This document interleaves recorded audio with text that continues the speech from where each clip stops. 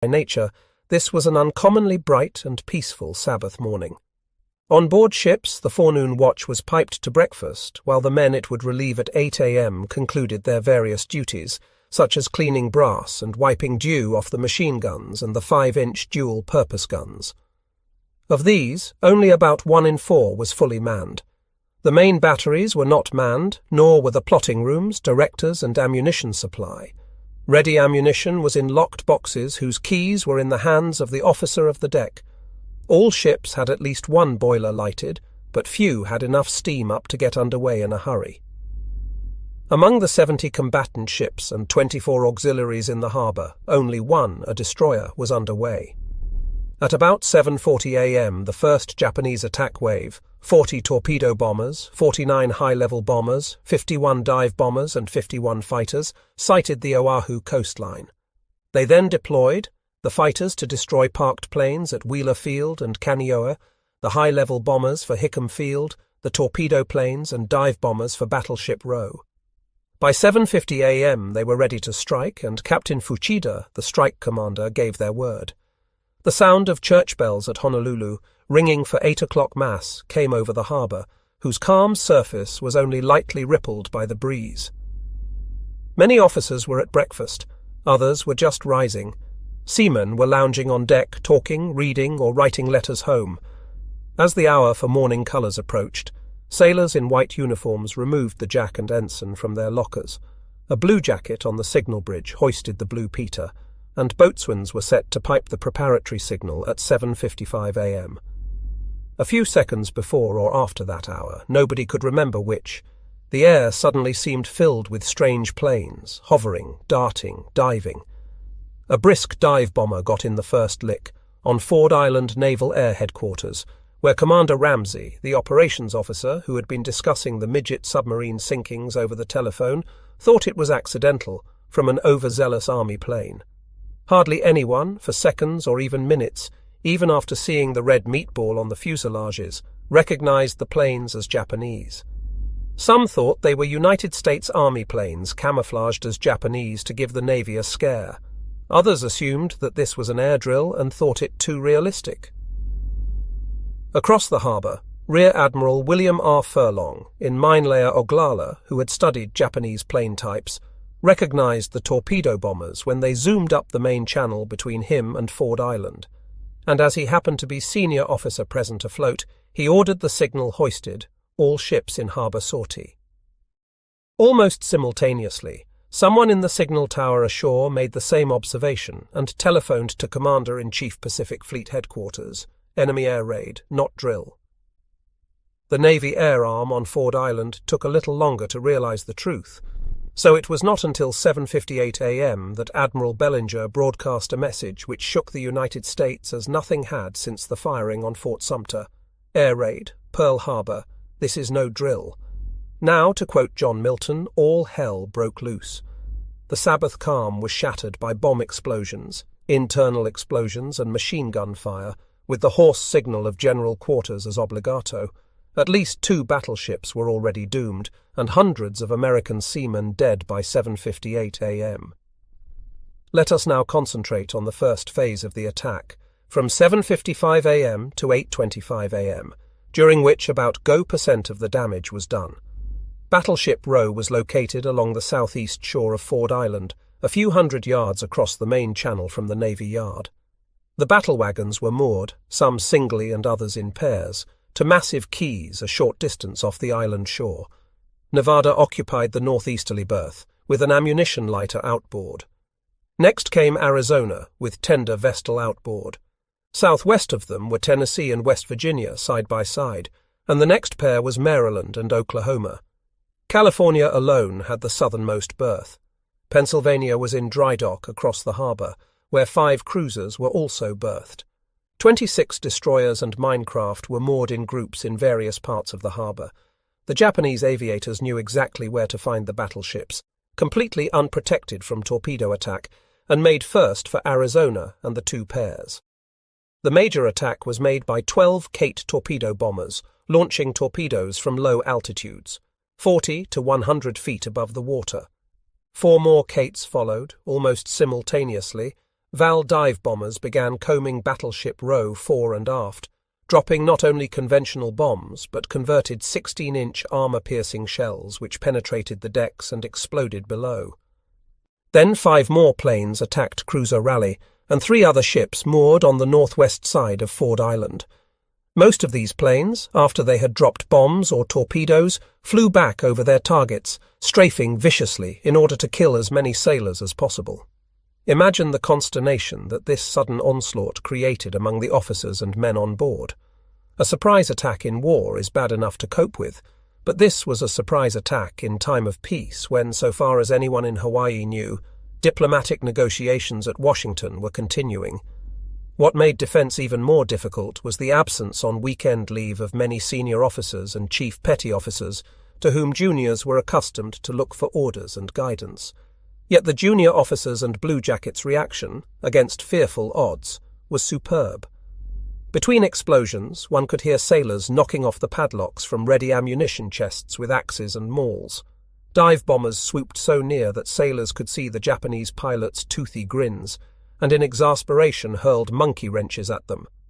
At what moment return gunfire was opened is still uncertain. Some said within a minute, others within 5. But photos taken by the Japanese as late as 8:05 a.m. when California was torpedoed show not a single black burst of ack-ack in the sky, and all but 1 or 2 of the first wave of torpedo bombers got away unscathed. The Navy's machine guns at that time were not very effective, the 3-inch was not rapid fire enough, and the 1.1-inch was liable to heat and jam after a few rounds. It was not until next year that the 20mm Oerlikon and 40mm Bofors were installed. Oklahoma, outboard of the southernmost pair of battle wagons, one of our 1916 dreadnoughts, never had a chance to fight back. While the crew were running to battle stations, a few moments after the first bomb exploded on Ford Island, 3 torpedoes blasted huge holes in her, and she promptly listed 30 degrees. There was no time to set Condition Z, complete watertight integrity, or to counterflood, or to bring machine guns to bear. Before 8 a.m., the senior officer on board ordered abandon ship. Men crawled over the starboard side as she rolled over, and 2 more torpedo hits completed her doom. 15 minutes later, parts of her bottom were facing the sky. Many survivors climbed on board Maryland alongside to help her fight. She, protected by Oklahoma from the torpedoes, got off with only 2 bomb hits, and became the first of the stricken battle fleet to return to active service. Oklahoma lost 415 officers and men killed out of 1,354 on board. Tennessee and West Virginia made the next couple on Battleship Row. The latter, outboard, took 6 or 7 torpedoes, the first before 7:56 a.m. and 2 bombs. An exceptionally well-trained crew, who loved their WWII, as they called the ship, saved her from the fate of Oklahoma. Ensign Brooks, officer of the deck, saw the first bomb hit Ford Island and immediately ordered a wayfire and rescue party. This brought everyone topside on the double and saved hundreds of lives. She listed so rapidly that the guns on the starboard side, which opened fire promptly, could be served only by organizing a double row of ammunition handlers, one to pass and the other to hold the passer upright. Lieutenant Ricketts ordered counterflooding on his own initiative and, ably assisted by boatswain's mate Billingsley, corrected a 28-degree list to 15 degrees. This allowed her to settle on the bottom almost upright. Captain Bennion, disemboweled by fragments from a bomb that exploded on Tennessee alongside, was in extremis. His only thoughts were for his ship and crew until his life flickered out a few minutes later. But his fighting spirit lived on. All hands fought fires, although frequently dive-bombed and strafed. Their spirit was marvelous, reported the surviving executive officer. Words fail in attempting to describe the magnificent display of courage, discipline, and devotion to duty of all. West Virginia lost 105 killed out of about 1,500 on board. Tennessee, moored inboard, naturally suffered less. She received 2 bombs early in the action, but most of her damage came from fires started by flaming debris from Arizona, exploding 75 feet astern. Firefighting continued all the rest of that day and the following night, and she did not sink. Her losses were only 5 killed, and within 3 weeks she, in company with Maryland and Pennsylvania, sailed to the west coast for a complete overhaul. Arizona was moored inboard of a short repair ship which afforded her slight protection. Within 1 minute of the opening attack, the battleship was literally torn apart by torpedo and bomb explosions. A bomb exploded in the forward magazine before it could be flooded, wrecking half the ship, killing Captain Van Valkenburg and Rear Admiral Kidd, who were on the bridge, and causing the ship to settle so fast that hundreds of sailors were trapped below. Even so, the machine gun's topside opened fire on the enemy planes, and she was not abandoned until 10:32 a.m. Owing to lack of warning and to the magazine explosion, Arizona's casualties were over half those suffered by the entire fleet at Pearl Harbor, 1,103 officers and men killed out of some 1,400 on board. Her remains, and most of theirs, are still there today. She has never been formally decommissioned, and every day a colour guard faithfully raises and lowers the ensign on a mast built on a platform over the wreck. Battleship Row tapered off to a lone battle wagon at each end. Southernmost was California, flagship of Admiral Pye, and at the age of 20, youngest of the battle fleet. At 8:05 a.m. she was the last to be hit, but in the worst condition to take it, completely unbuttoned in preparation for an admiral's inspection, so that the 2 torpedoes that hit her, together with 1 bomb that exploded below and set off a magazine, were enough to cause her to settle into the mud. Prompt counterflooding, directed by Reserve Ensign Fair, prevented her from capsizing, which would have meant a far greater loss of life than the 98 officers and men actually killed. California was also restored to the fleet and performed excellent service in the latter half of the war.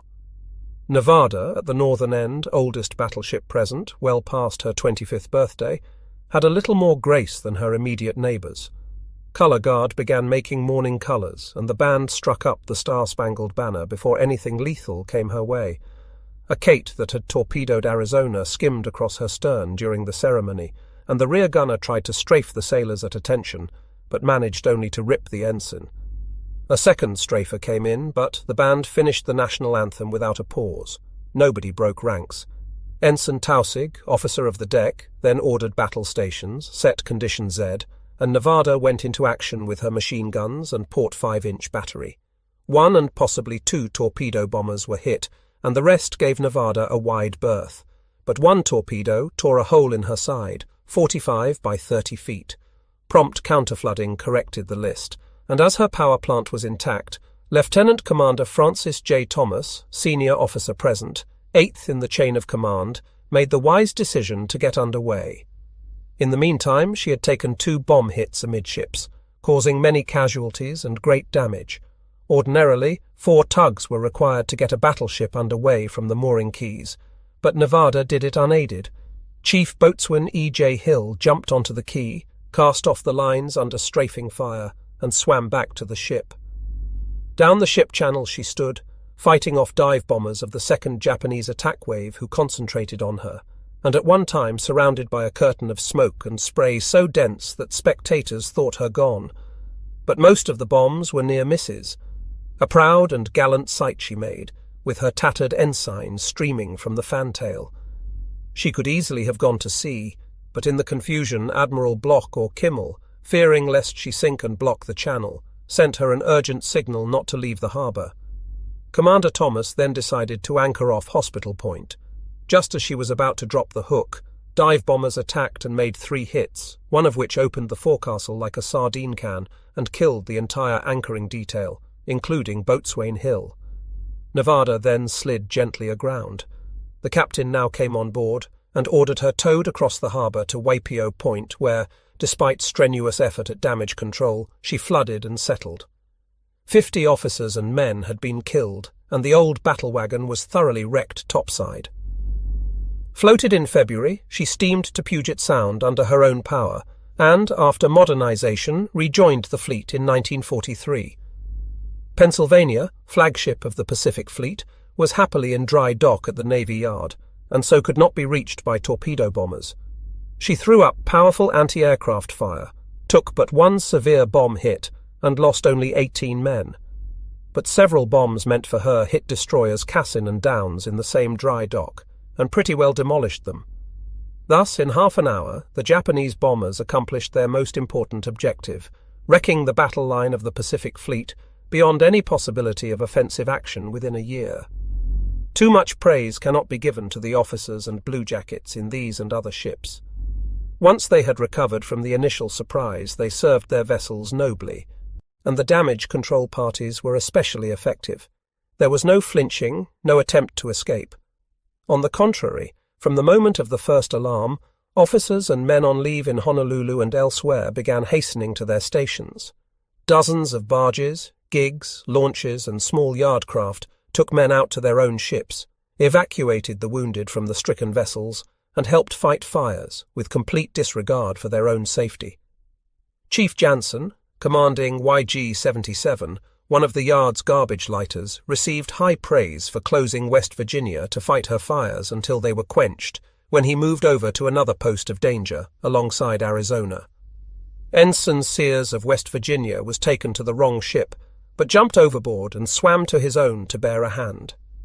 Chief Boatswain Hill of Nevada, and every one of his detail, and the exposed gunners of the 5 inches, fought like one man, and that man a hero, and almost every one of them lost his life. So, while we deplore the surprise, let us never forget the heroic reaction. That strife was not inglorious, though the event was dire. During the initial phase of the attack, between 7:55 a.m. and 8:25 a.m., the enemy inflicted severe punishment on military aircraft in Oahu. A flight of dive bombers worked over Ford Island, and in a few minutes, Patrol Wing 2 lost 33 planes, almost half its number. At Ewa, the Marine Corps Air Base, halfway between West Loch and the ocean, some 50 planes were based.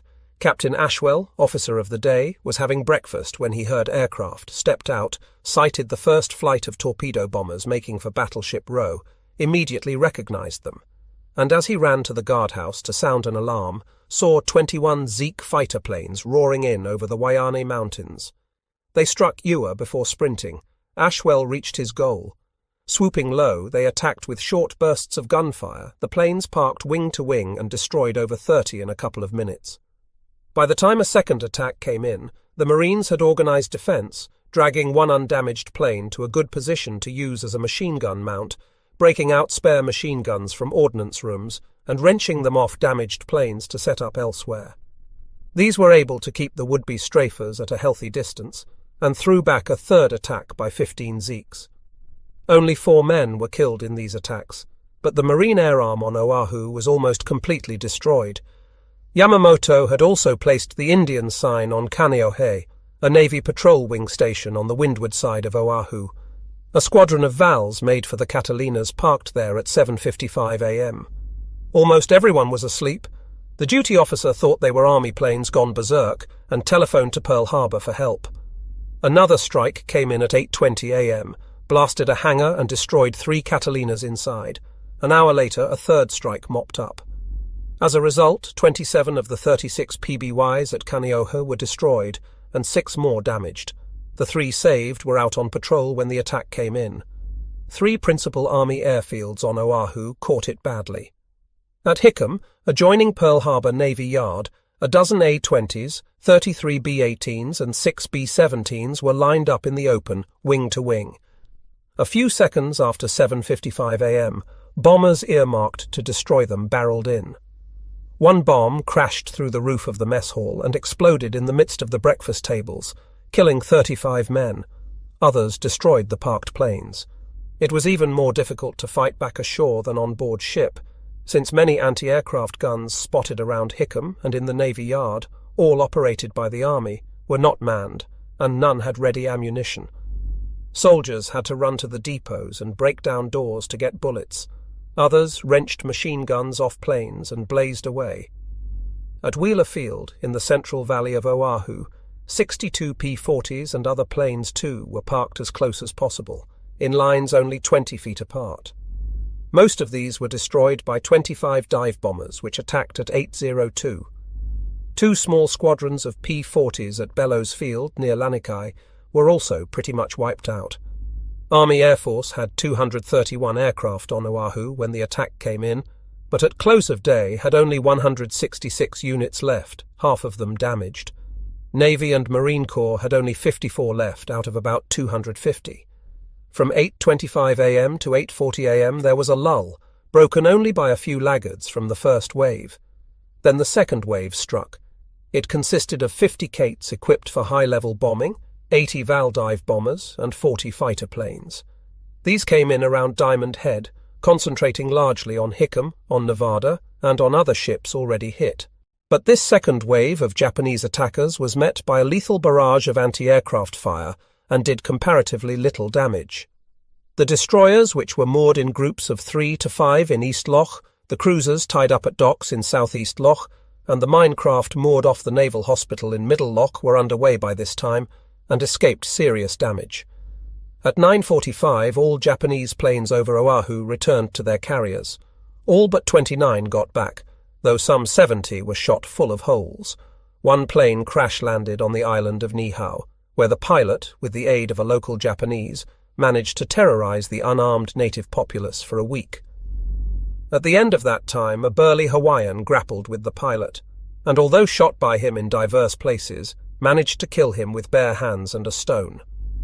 By the end of 2 morning hours on 7 December, the Navy had lost over 2,000 officers and men killed and 710 wounded, about thrice as many as in the 2 wars of 1898 and 1917 to 1918.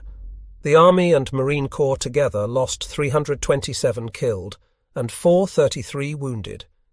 In addition, some 70 civilians were killed, mostly men who happened to be on one of the airfields, but some in Honolulu, where a few naval anti-aircraft shells, whose fuses in the confusion had not been cut, exploded on city streets. The rest of this terrible day was passed in expectation of worse to come. Japanese ships were reported to be on every side of Oahu, preparing to land troops. In the Hawaiian Islands were 160,000 people of Japanese blood. Surely from among them Black Dragon bands had been recruited to assassinate Americans. Japanese maids and butlers, it was said, told their employers to scram, as their house had been assigned to a Japanese general. Every one of these rumors was later found to be false, and not one disloyal act was committed by the local Nipponese. General Short, for whom that day marked the end of a distinguished army career, promptly executed his plans for deployment in the event of enemy attack. At about 1,000, army contingents in trucks or afoot began to move toward the supposed danger spots, now that the danger had passed. Sunset over the Pacific inaugurated a hideous night for all hands. Firefighting continued on many of the stricken ships. Surgeons and nurses in the overcrowded hospitals were up all night attending the wounded and dying. Hundreds of women and children whose husbands' quarters had been bombed huddled miserably in the university auditorium or in a storage tunnel at Red Hill. Trigger-happy sentries and machine gunners fired at everything that moved, supposing it to be a Japanese invader. Saddest of all accidents was the shooting down at night of 4 dive bombers from carrier Enterprise. These had landed at Ford Island during the morning lull, and were then sent out to search for the enemy. When they returned after nightfall with running lights on, an anti-aircraft gunner, who failed to get the word because the airbase communications had been ruptured, opened fire and started a panic of shooting all around the harbour. Daybreak 8. December revealed a dismal situation, waste and wild. Half the aircraft on the island destroyed, 7 battleships sunk or badly damaged, 3 destroyers reduced to junk, and the atmosphere was one of tormenting uncertainty. Nobody knew where the Japanese task force was.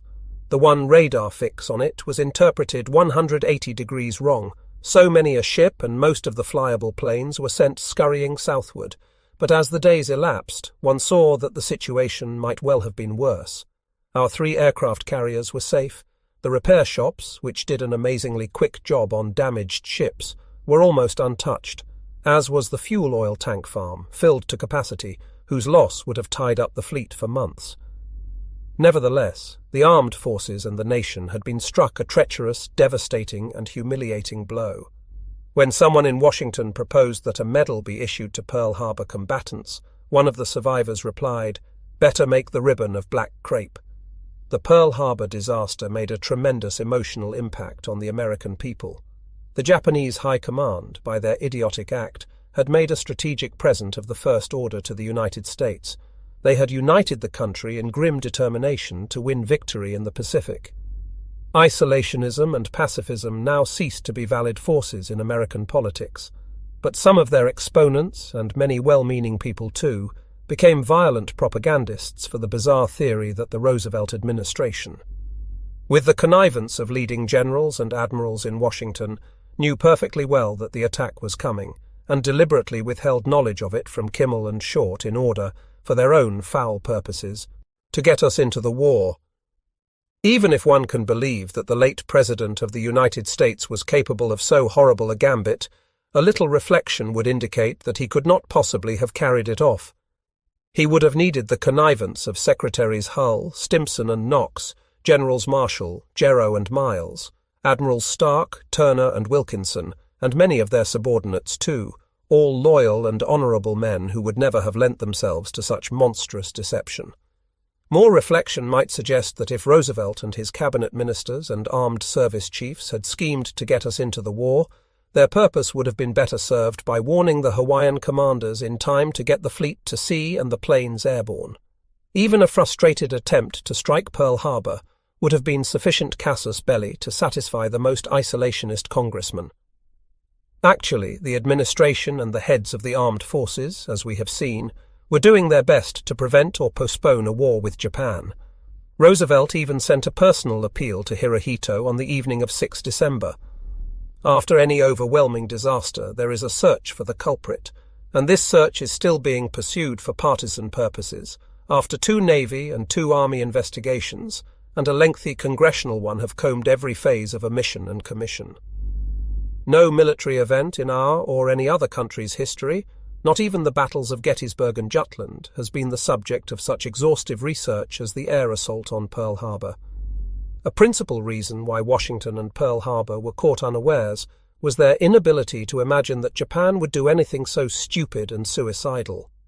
But Joseph Grew in Tokyo, one of the most alert and perceptive ambassadors in United States history, warned Washington on 3 November 1941 against any possible misconception of the capacity of Japan to rush headlong into a suicidal conflict with the United States. National sanity would dictate against such an event, but Japanese sanity cannot be measured by our own standards of logic. Japan's resort to war measures may come with dramatic and dangerous suddenness. Grew's warning fell on deaf ears. 3 weeks later, almost everyone in a responsible position in Washington expected Japan to make an aggressive move on the weekend of 29 November, but not on Pearl Harbor. And the curious lethargy into which official Washington seemed to fall after the war warning is partly explained by the decrypting of a whole series of dispatches from Tokyo to its ambassadors, to the effect that the deadline was approaching, time was running out, etc. There were no fewer than 19 such messages between 2 and 26 November, yet nothing had happened. The Army and Navy cryptographers in Washington were experts, but grossly overworked. The stuff was coming in faster than they could deal with it, and one could not tell which dispatch was important and which was not until all were decrypted. A message from the Japanese consulate at Honolulu dated 6 December, which ended, "There is a considerable opportunity to take advantage for a surprise attack against these places. Pearl Harbor and vicinity," was not decrypted until after the attack. The birthing plan message and Honolulu's replies were not assigned their proper significance at Washington, because they were mixed in with hundreds of messages, which had to be decrypted and translated from all parts of the world. Observers in China, for instance, were sending as many as 50 messages a week, warning of forthcoming Japanese attacks on Siberia, Peru, and other unlikely places. Army and Navy intelligence officers in Washington were somewhat in the position of a woman with a sick child, trying to take instructions from a doctor over the telephone while the neighbours are shouting contrary advice in her ear. Dogs are barking, children screaming, and trucks roaring by the house. The noise overwhelmed the message. Personalities also entered into it. Rear Admiral Turner, Navy War Plans officer, was highly opinionated and difficult to work with. He actually forbade the Japanese language officers who did the decrypting and translating, or even the Chief of Naval Intelligence, to make estimates from the dispatches, insisting on doing that himself. And Turner, until late November, was obsessed by the idea that Japan was going to attack Russia, not American or British possessions.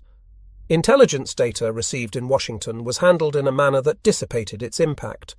Copies of all decrypted messages that the translators thought significant, sometimes running to 130 a day, were placed in locked briefcases and carried by special messengers to the President, the Secretaries of State, War and Navy, and about 6 top-ranking members of the armed forces. The recipient, without taking notes, had to read these signals in the presence of the messenger, who returned them to Army or Navy Intelligence Office, where all copies but one were burned. This system, devised for security, denied to all these important people the opportunity to digest data and draw conclusions. It was nobody's particular and exclusive business to study all intelligence material and come up with an estimate. Nobody got anything but excerpts and driblets. It must also be remembered that in the late months of 1941, all High Army, Navy and State Department officials in Washington were deeply concerned with the short-of-war conflict in the Atlantic and with Europe, where it then seemed probable that Hitler would gobble up Russia as he had France, order American merchantmen to be sunk, and step up his subversive activities in Central and South America. Every one of the Japanese messages decrypted and translated before 7 December was ambiguous. None mentioned Pearl Harbor. None even pointed clearly at Japanese intent to attack the United States anywhere. Thus, no clear warnings were sent to Hawaii because Washington saw no reason to anticipate an attack on Hawaii. Washington, moreover, was determined not to begin a war with Japan. That was the meaning of the passage in the diary of War Secretary Stimson, recording the cabinet meeting of 25 November, after one of Tojo's deadline messages had been decrypted and translated. The President predicted that we were likely to be attacked perhaps next Monday. The question was how we should maneuver them into the position of firing the first shot. This quotation has been made much of by those trying to prove conspiracy between Franklin D. Roosevelt and his cabinet to get us into war. Mr. Stimson's use of the verb maneuver was unfortunate, but his intent is clear. We were not going to provoke the Japanese by an overt act. Peace would continue until and unless they chose to strike.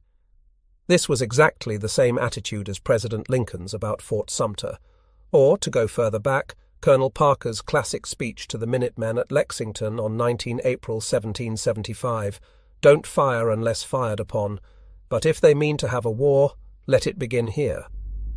Pearl Harbor, besides lacking the complete intelligence picture, had the additional handicap of divided responsibility. General Short was charged with the defense of Oahu, including Pearl Harbor and anti-aircraft batteries ashore. Admiral Bloch, Commandant 14th Naval District, was responsible for the defense of the Navy Yard, and Admiral Kimmel for that of the fleet. Relations between them were friendly but inadequate. Each one, as we have seen, assumed that the others were doing something that they didn't do. A series of false assumptions, both at Washington and Oahu, added up to something as serious as the sins of omission. In Hawaii, the Navy assumed that the Army had gone on full alert and that the radar warning net was completely operational. The Army assumed that the Navy was conducting an effective air reconnaissance around the island. Admiral Kimmel assumed that aerial torpedoes could not operate in the shoal waters of Pearl Harbor. Both Army and Navy intelligence officers assumed that Japan was sending all her naval forces south, and that in any event Japan would not be so stupid as to attack Pearl Harbor. In Washington, Colonel Bratton of Army Intelligence assumed that the Pacific Fleet would go to sea after the 27 November war warning, so to him the intercepted reports of ships' positions by the Japanese consulate registered waste effort, and Captain Wilkinson of Naval Intelligence assumed that these reports were simply evidence of the Japanese inordinate love for detail.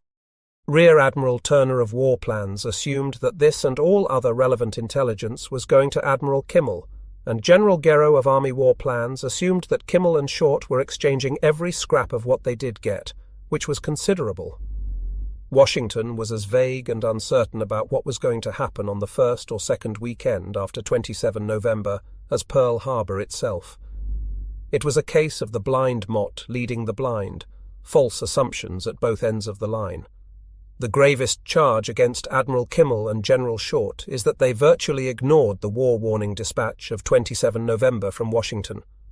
Admiral Kimmel, as we have seen, did send air reinforcement promptly to Wake and Midway Islands.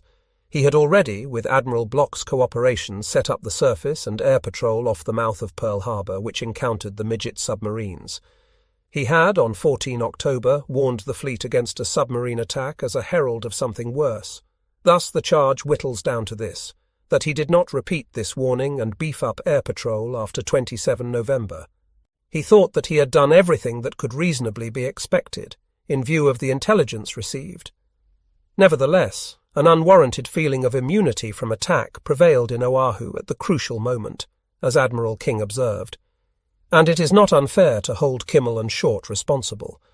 Finally, we have to consider the east wind rain dispatch, which, by people bent on proving dastardly deception by Washington, has been blown up to a definite word from Tokyo that Pearl Harbor was about to be attacked. Actually, it was nothing of the sort. On 19 November, Tokyo notified the principal Japanese representatives abroad, in a dispatch that Washington decrypted, that if all other means of communication failed, they would be ordered to destroy codes in a plain language weather broadcast. In this broadcast, east wind, rain would mean Japanese-United States relations in danger. North wind, cloudy, would mean the same as to Russia. West wind, clear, would mean the same as to England. There was no mention of Pearl Harbor or any other target, not even a clear forecast of war.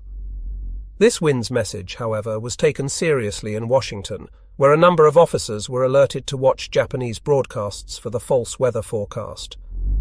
Whether or not that was ever sent is disputed, but in no case would it have told Washington or Hawaii anything more than what they already knew, namely that Japanese embassies had been ordered to destroy their codes.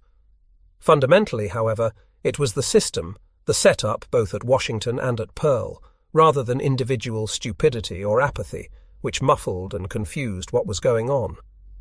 No one person knew the whole picture that the intelligence data disclosed. No one person was responsible for the defense of Pearl Harbor. Too many people assumed that others were taking precautions that they did not take.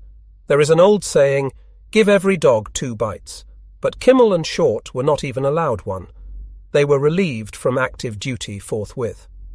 Admiral Turner, however, was conceded 2 bites, Pearl Harbor and the Battle of Savo Island, after which he became a highly successful practitioner of amphibious warfare. General Marshall functioned brilliantly as Chief of Staff, and Admiral Stark, as Commander United States Naval Forces Europe in London, acquitted himself very well.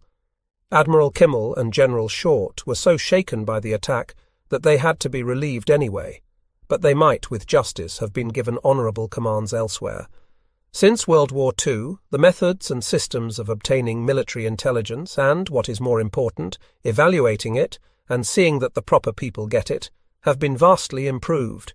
But let us not forget that we were surprised by the North Koreans in June 1950, surprised when China entered the war later that year, surprised in 1961 by discovery of the attempt to overthrow Castro in Cuba, surprised by the building of the East Berlin Wall in a tense international situation, such as we have been in ever since the end of World War II. It is important not only to gather intelligence, but to see that the right people get it and to have it evaluated intelligently. It is vital to ascertain not only the capabilities of a potential enemy, but his intentions. So I conclude this sad story of disaster with the warning which Sophocles, over 23 centuries ago in his tragedy of the Siege of Troy, placed in the mouth of Ajax. Far-stretching, endless time brings forth all hidden things, and buries that which once did shine. The firm resolve falters, the sacred oath is shattered, and let none say it cannot happen here. One of the strange things in popular psychology is the different reaction of the American people to disaster at Pearl Harbor and to disaster at Manila. The one completely overshadowed the other. It seemed so overwhelming that people could take in no bad news elsewhere. Yet the attack on Pearl Harbor was the lesser of the two evils. It was a hit-and-run raid, and the hit was not decisive. By 1000 December 7, the Japanese planes had retired, and they never returned. Nor was there any attempt by the enemy to land troops on Oahu and take over. All we had to do was to count the losses, begin salvage, and bury the dead. In the Philippines, the events of 7 December here, 8 December there, were not so devastating as at Oahu, but they proved to be but the first of a series of body blows, and what blows. General MacArthur's army forced to evacuate Manila and Admiral Hart's fleet to evacuate Cavite. After a rearguard campaign, the entire Philippine archipelago surrendered to Japan. General MacArthur retired to Australia, nor were these all. Defeat at Pearl Harbor brought no immediate consequences except the capture of Wake Island. But the Japanese blitz in the Philippines was followed by the seizure of Guam, Hong Kong, Thailand, North Borneo, Singapore, and, after a last-ditch campaign in the Java Sea, the entire Netherlands East Indies. Our inability to defend the Philippines in 1941 to 1942 cost us tens of thousands of lives and uncounted billions of dollars before the archipelago could be liberated in 1944 to 1945. If surprise at Pearl Harbor is hard to understand, surprise at Manila is completely incomprehensible. Some 8 or 9 hours after General MacArthur was informed of the attack on Pearl Harbor, his planes were caught grounded, and his air force was as badly destroyed as that of the army at Pearl Harbor. Yet General MacArthur was given a second bite. His mistakes on 8 December were overlooked, fortunately. Again and again, since the turn of the century, American military commanders in the Philippines had warned that, with the meager forces assigned, they could not possibly defend the archipelago against Japan.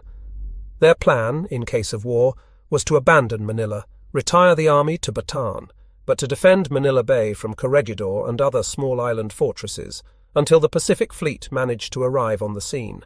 This plan and attitude changed after General MacArthur became Commander United States Army Forces Far East in July 1941. The general convinced army authorities in Washington that if properly reinforced before war broke out, and if the clash could be postponed until the spring of 1942, his army and the United States Asiatic Fleet could keep the Japanese out of Luzon until the Pacific Fleet arrived. His opinion was based on the hope and expectation that his command would receive at least 100 B-17s. The performance of these flying fortresses was so outstanding that in October 1941, General MacArthur advised the War Department that the citadel type of defense of the Philippines, as envisaged by the Rainbow Five war plan, be changed to a dynamic and offensive plan. MacArthur's enthusiasm was infectious. General Marshall told him to go ahead with new plans, which provided for an offensive strike by B-17s on the Formosa airfields when and if war came with Japan. The Chief of Staff, at a press conference in Washington on 15 November 1941, told selected correspondents that we were on the brink of war with Japan, that our position was highly favorable in the Philippines. There we had 35 B-17s, greatest concentration of heavy bomber strength anywhere in the world, which could counterattack, set the paper cities of Japan afire, and make the Philippines garrison independent of sea power.